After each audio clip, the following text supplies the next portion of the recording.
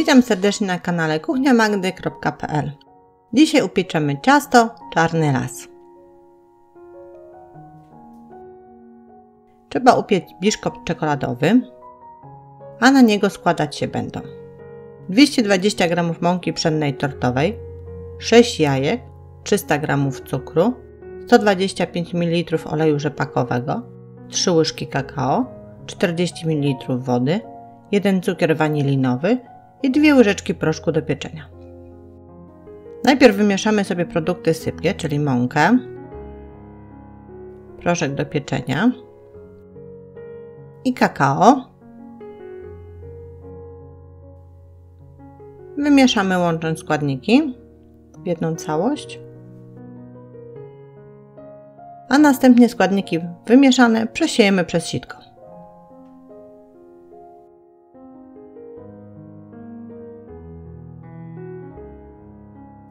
W ten sposób będziemy mieli gładziutką mąkę przesianą z kakałem i proszkiem do pieczenia, nie będzie grudek.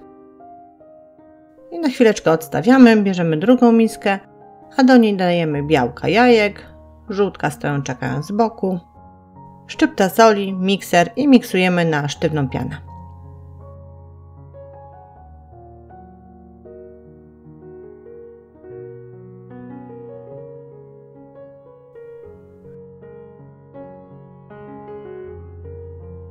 Jak już mamy sztywną pianę, dodajemy cukier wanilinowy, a następnie zwykły cukier. Najlepiej robić to partiami. Po dodaniu cukru ta piana zrobi się taka ładnie szklista.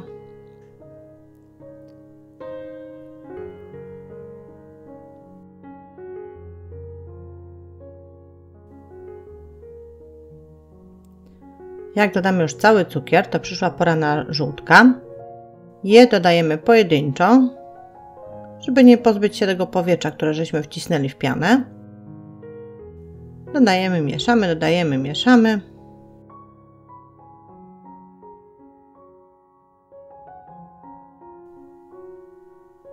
I wszystkie żółtka dodane, lekko przemieszamy, odstawiamy mikser.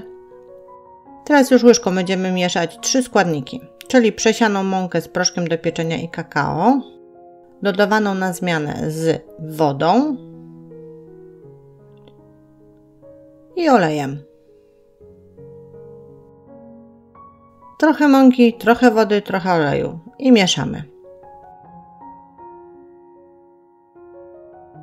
I znowu trochę mąki, trochę wody i trochę oleju. Będziemy tak kontynuować aż do wykończenia produktów.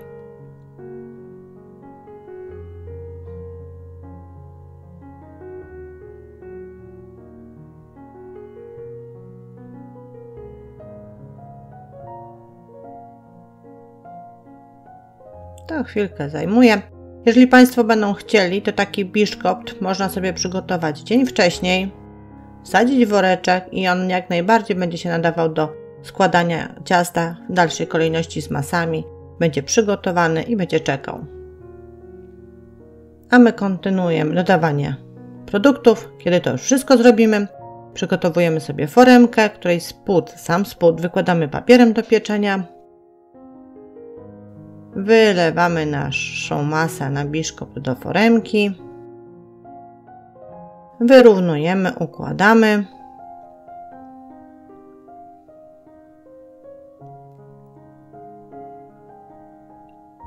I tak przygotowaną foremkę wstawiamy do piekarnika nagrzanego do 160-170 stopni Celsjusza, używając grzałki góra i dół. Pieczemy około 30 minut. Pod koniec pieczenia proponuję wbić sobie patyczek, sprawdzić, czy biszkopt się upiekł. Jak się upiekł, piekarnik wyłączamy i w zamkniętym piekarniku trzymamy biszkopt jeszcze 15 minut. A po tym czasie kolejne 15 minut w wyłączonym, ale uchylonym piekarniku. Następnie blaszkę wyjmujemy z piekarnika, odcinamy boki.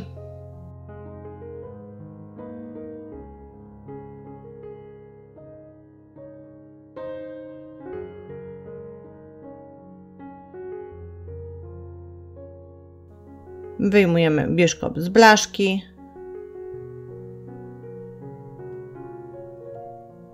Ściągamy papier. Odwracamy z powrotem i zostawiamy do całkowitego wystudzenia. Jak biszkopt nam wystygnie, po paru minutach, wtedy ścinamy tą wierzchnią skórkę. Ona nam będzie przeszkadzała przy składaniu ciasta, ponieważ będzie odrywać się, ciasto może się później rozjechać. W momencie ścinania tej wierzchniej skórki, jeżeli ten biszkopt jest lekko nierówny, można sobie go wyrównać. A następnie przyszła pora na przecięcie biszkoptu na pół. My to robimy nożem stronowym, Państwo mogą zwykłym nożem to zrobić jak najbardziej.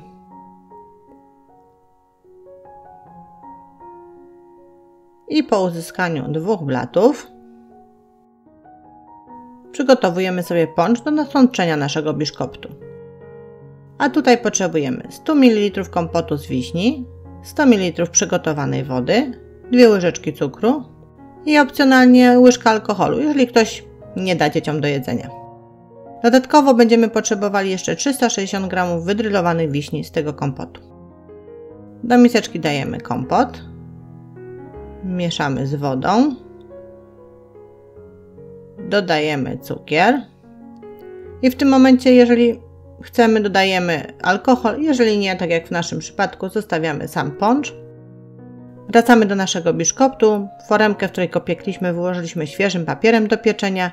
Jeden z blatów biszkoptu wstawiamy do środka i polewamy naszym ponczem.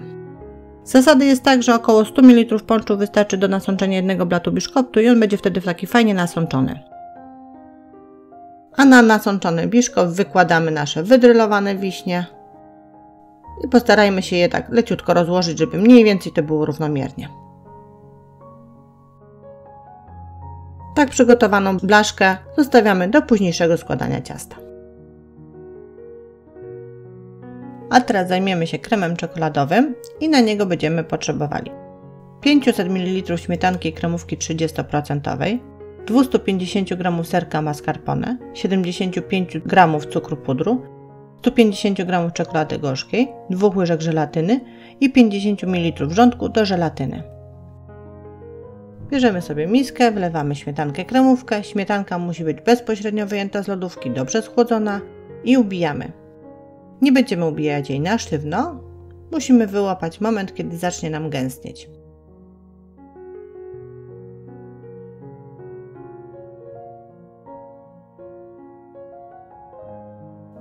Jak zaczyna nam troszeczkę gęstnieć, dodajemy cukier, puder i jeszcze ubijamy. A następnie pora na serek mascarpone.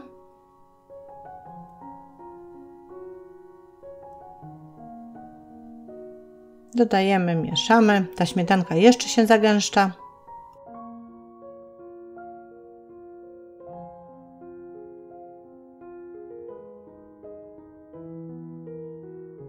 W międzyczasie rozpuściliśmy sobie w kąpieli wodnej czekoladę. Ona nam przestygła i teraz dodajemy do naszej kremówki taką już czekoladę wystygniętą. Ona jest nadal płynna, jak Państwo widzą, ale jak włożymy paluszek, ta temperatura jest już obojętna. Najlepiej dodawać sobie partiami, wtedy łatwo będzie rozprowadzić ją w całości.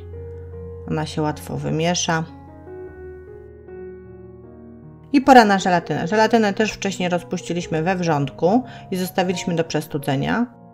Też, jeżeli włożymy paluszek, temperatura tej żelatyny musi być obojętna dla naszego palca i mieszamy wszystko razem. Pamiętajmy, że żelatyna opada na dół, więc wymieszajmy wszystko dobrze, ale nie za długo.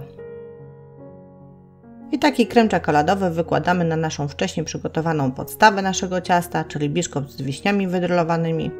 Najlepiej robić to partiami, łatwiej się rozprowadzi później po całości, tak jak Państwo tu widzą. Musimy to rozłożyć, uzupełnić, wyrównać.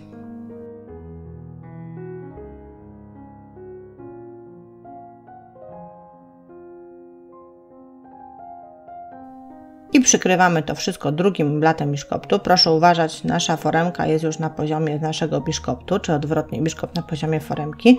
Leciutko dociskamy, żeby wszystko się połączyło i ponownie nasączamy. Tam połowa ponczu nam została, w tym momencie ją zużywamy na nasz biszkopt. Odstawiamy do późniejszego kontynuowania ciasta, a teraz krem śmietankowy. Do niego będziemy potrzebowali 600 ml śmietanki kremówki 30%, 65 g cukru pudru, 2 łyżek żelatyny i 50 ml wrzątku do żelatyny. I ponownie miska, śmietanka, kremówka wyjęta bezpośrednio z lodówki, mocno schłodzona, ubijamy. Tak jak poprzednio, nie na sztywno, ale wyłapujemy moment, kiedy nam to gęstnieje.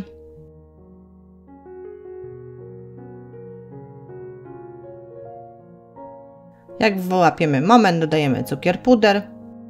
Proszę Państwa, tak jak w poprzedniej masie, tak i tutaj trzeba sprawdzić, czy ilość cukru pudru wystarczy dla Państwa. Może trzeba dodać ciut więcej. Spróbujmy. A jak już dodamy cukier puder, stwierdzimy, że wszystko jest ok, dodajemy rozpuszczoną żelatynę. Żelatynę we wrzątku rozpuściliśmy, wystudziliśmy. Tam jak włożymy paluszek, temperatura dla paluszka obojętna. Teraz dolewamy partiami, mocno mieszamy. Pamiętajmy o spodzie, żelatyna lubi opadać nam. Wszystko dobrze wymieszajmy. I taką przygotowaną śmietankę wykładamy na naszą podstawę. Teraz już dużo wyższą, więc musimy to robić uważnie. Powolutku rozkładać. Tu również należy sobie najlepiej nałożyć to wszystko partiami, żeby było łatwiej rozprowadzić. Powolutku uzupełniamy. U nas pięknie to już wygląda. Na koniec dajemy czekoladę. Jeżeli Państwo wyjmą ją z lodówki i takim obierakiem do warzyw zetną, to będą te ścineczki takie malutkie. Jeżeli wcześniej wyjmą ją Państwo w temperaturę pokojową, to one będą takie troszeczkę większe te ścinki. Ciasto wkładamy do lodówki. Musimy je schłodzić mocno. Tam również przechowujemy to ciasto. Proszę Państwa, proszę uwierzyć, ciasto jest rewelacyjne. Jeżeli jeszcze ktoś nie zasubskrybował naszego kanału, zapraszam. Żegnam się z Państwem, zapraszając na kolejne przepisy i porady na kuchniamagdy.pl.